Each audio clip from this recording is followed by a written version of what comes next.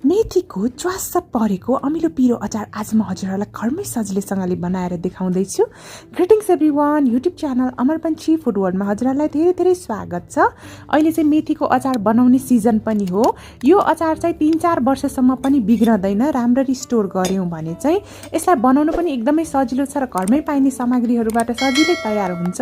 यो चाहिँ नेवारी मेथीको अचार हो। पहिला भक्तपुरमा मल्लकालीन तरिकादेखि नै यसरी मेथीको अचार बनाउने चलन थियो र यो हजुरहरूले बनाउनको लागि एउटा एयर टाइट कन्टेनर वा सिसाको बोतल लिन सक्नुहुन्छ। हुन त प्लास्टिकको बोतलमा पनि बन्छ, तर लामो समय टिकाउने हो भने चाहिँ सिसाको बोतल या त यसरी एयर टाइट कन्टेनर लिन सक्नुहुन्छ। यो चाहिँ वेट नाप्ने मेसिन हो है।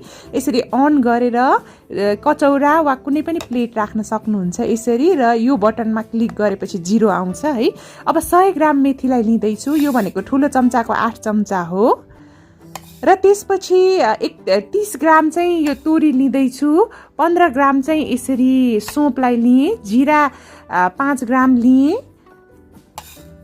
धनिया चाहिँ लगभग 6 ग्राम लिएँ र साथसाथै यो मुगरेला हो, यो चाहिँ 3 ग्राम लिएँ र नुन चाहिँ 50 ग्राम जति चाहिन्छ है। हजुरहरूले नुन खुर्सानी आफ्नो टेस्ट अनुसार राख्न सक्नुहुन्छ।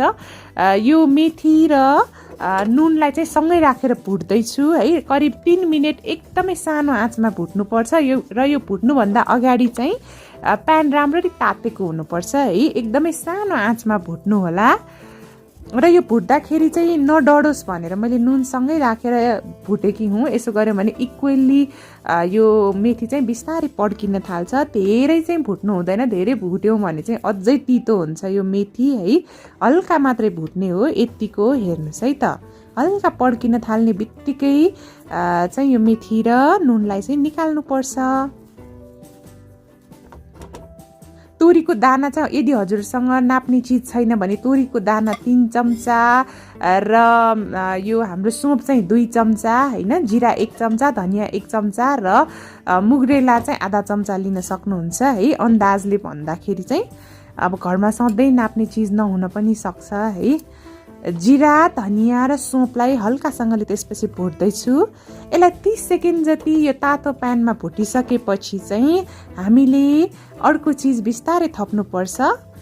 यसमा चाहिँ तोरी थप्दैछु। तोरी चाहिँ सुरुमै एड गऱ्यौँ भने चाहिँ छिट्टै डढ्छ र तितो हुन्छ, अचार मिठो हुँदैन। यतिको 30 सेकेन्ड जति भुटिसकेपछि मात्रै मैले तोरी साथसाथै मुगरेला र यसरी चाहिँ रातो खुर्सानी चाहिँ 6-7 वटा लिएकी छु। पिरो कतिको मनपर्छ त्यही अनुसार लिन सक्नुहुन्छ हजुरहरूले। यो चाहिँ पिरो खालको भएर मैले धेरैवटा लिइनँ। नुन चाहिँ अलि धेरै चाहिनुको कारण चाहिँ लामो समयसम्म नबिग्रोस् भन्नेको लागि पनि हो है। नुनले चाहिँ एकदम प्रिजर्भेटिभको काम पनि गर्छ र मेथीको अचार भन्ने बित्तिकै एकदम फुलेर पनि आउँछ, त्यही भएर पनि नुन अलि बेसी चाहिन्छ। यसलाई मजाले आधा घन्टा जति चाहिँ यत्तिकै चिसो बनाइदिनु होला। तातै पिस्यौँ भने चाहिँ कहिलेकाहीँ मिक्सचर बिग्रिन सक्छ है। त्यही भएर चाहिँ यो सेलाइसकेपछि मजाले यसलाई पिस्नु होला एकचोटि। यो चाहिँ दरदरा हुने गरेर मात्रै पिसे हुन्छ है। पुरै धुलो पिठो चाहिँ बनाइराख्नु पर्दैन। यो चाहिँ अचारको मसला हो। यो मसला हजुरहरूले कुनै पनि अचारमा युज गर्न सक्नुहुन्छ है। जस्तै मुलाको अचार भयो होइन, अरू कुनै पनि अचार, आँपको अचार होइन, घिउकुमारीको अचार, कागतीको अचार, जेमा पनि यो अचार मसला एउटै हो। र त्यसपछि मेथी र नुन पनि राखेँ मैले है। यसमा सँगै पिस्ने हो। मेथी र नुनलाई पनि दरदरा हुने गरेर पिस्नु होला। पुरै धुलो पिठो बनाइराख्नु पर्दैन है। र यतिको भइसकेपछि यसैमा मैले यो काश्मिरी खुर्सानी हल्का कलरको लागि राखेकी हुँ। हुन त यो छैन भने नराख्दा पनि हुन्छ। खुर्सानी हामीले अघि नै राख्यौँ, कलरको लागि राखेँ र बेसार चाहिँ राख्नै पर्ने हुन्छ, आधा चम्चा जति है। एकचोटि हल्का मेसिन चलाइदिउँ मैले यसरी मिक्सर। अचार बनाउनुको लागि चाहिँ लगभग 1 कप वा 300 ml जति तेल चाहिन्छ। यो पुरानो मेथीको अचार बनाउनुको लागि तेल अलि धेरै नै चाहिन्छ। यो 1 कप जति छ 300 ml। यो चाहिँ तोरीको तेल नै चाहिन्छ है। यसलाई चाहिँ बिस्तारै यसरी मिक्स गर्नु होला, डल्लो नपरिने किसिमले। हेर्नुहोस् है त, यसरी मिक्स गऱ्यौँ भने डल्लो पर्ने चान्स हुँदैन। मिक्स चाहिँ लगभग 3-4 मिनट मजाले गर्नुपर्ने हुन्छ यो अचार चाहिँ। अहिले तेल धेरै देखिरहनु भएको छ, तर पछि यो अचार पाकिसकेपछि तेल चाहिँ एकदम धेरै देखिँदैन। यो अचार मजाले फुल्छ है। यो अचार चाहिँ हजुरहरूले इन्स्ट्यान्टली खान सक्नुहुन्न। यसलाई कम्तीमा पनि 1 महिना जति चाहिँ घाममा सुकाउनु पर्छ। तर रियल टेस्ट यसको थाहा पाउने हो भने चाहिँ 5-6 महिनापछि मात्रै खानुभयो भने अझै यसको रियल टेस्ट निस्किन्छ। पहिला मल्लकालीन बेलामा चाहिँ यसरी चाहिँ 5-6 महिना नभइकन चाहिँ यो अचार खाने चलन हुँदैन थियो है।